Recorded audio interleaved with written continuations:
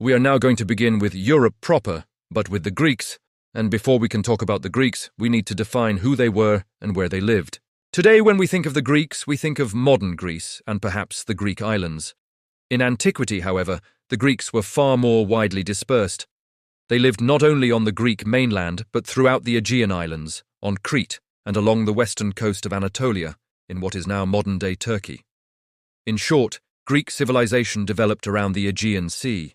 The Aegean world differed significantly from the Near Eastern regions we have been discussing. Greece had no large river systems like the Nile or the Tigris and Euphrates, so Greek civilization was not shaped by river-based irrigation. Instead, rainfall provided sufficient moisture for agriculture, and Greece lacked the vast deserts found in Egypt and Mesopotamia.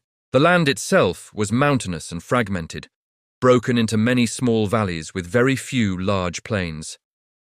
Travel by land was difficult, slow, and expensive. As a result, the easiest way to move from place to place was by sea. This geography made the Greeks natural sailors and traders, oriented toward the coast rather than the interior. The Aegean was inhabited by complex societies from about 2000 BCE onward, but these early civilizations differed in important ways from later classical Greece. For that reason, historians treat them as part of a distinct period known as Bronze Age Greece. On the Greek mainland, this culture is called Mycenaean, or sometimes Helladic, lasting roughly from 1600 to 1200 BCE. The name comes from Mycenae, a site mentioned in Homer's Iliad and later identified by archaeologists. However, our study of Greek civilization begins not on the mainland, but on Crete, where the earliest advanced and literate Aegean civilization emerged. Early Bronze Age culture began on Crete around 3000 BCE, and by 2200 BCE, a highly developed civilization had appeared. This civilization is known as Minoan, a name coined by the archaeologist Sir Arthur Evans, who excavated key sites on Crete in the early 20th century. The people themselves did not call themselves Minoans. Evans named the culture after the mythical king Minos. Cities began to appear on Crete around 2200 BCE, the largest and most important being Knossos. Knossos was not a city in the modern sense, but a mixed-use complex combining residences, workshops, storerooms, religious spaces, and administrative offices into a single enormous structure. Around 2000 BCE, a vast palace complex was constructed there. The palace was organized around a central courtyard with additional rooms added over time for specific functions: living quarters, sanctuaries, workrooms, and storerooms. Archaeologists have long noted the complexity of the palace's layout and associated it with the myth of the Labyrinth, said to house the Minotaur, the half-man, half-bull creature of Greek legend. At the center of this complex lived the ruling elite, who enjoyed remarkable comforts, including indoor plumbing, baths, toilets, and large ceremonial rooms. The farther one lived from the center, the lower one's apparent social status. This spatial arrangement suggests a stratified society in which political and economic power was concentrated in the hands of a small elite. We do not know the exact political relationship between the cities of Crete. However, the absence of fortifications at Minoan sites strongly suggests that these cities were either part of a single kingdom or lived under a system of cooperative control. Arthur Evans interpreted this lack of fortifications as evidence that the Minoans were peaceful and unthreatened. However, Near Eastern sources indicate a different explanation. The Minoans likely possessed the most powerful navy in the Mediterranean between 2000 and 1500 BCE. They did not need walls because they controlled the sea. In fact, during Egypt's New Kingdom, Egyptian pharaohs appear to have relied on Minoan naval power to help protect the Nile Delta, paying for this protection. The Minoan economy was primarily agricultural.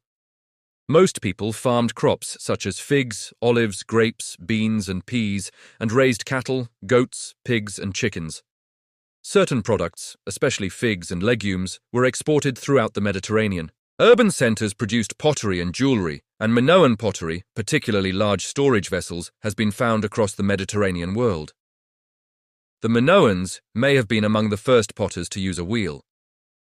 This widespread distribution of pottery indicates extensive maritime trade networks.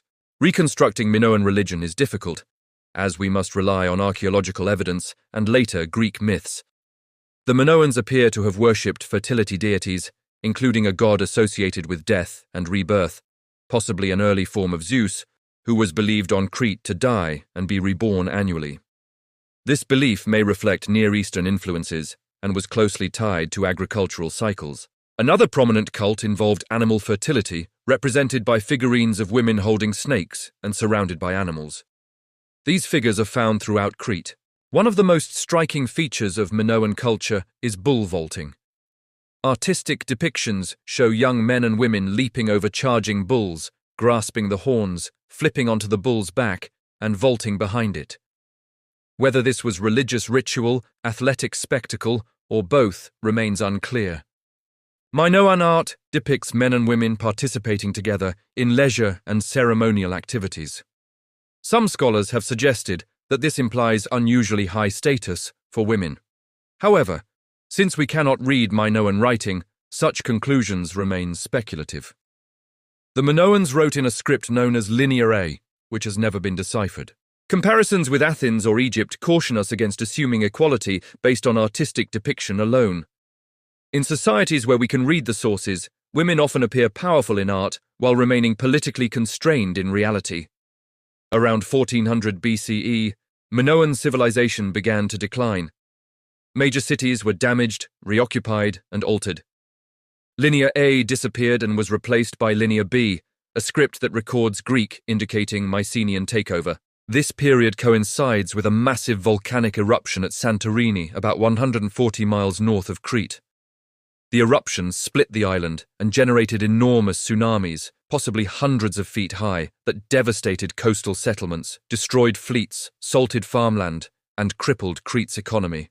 With its navy destroyed and infrastructure weakened, Crete became vulnerable to Mycenaean invasion.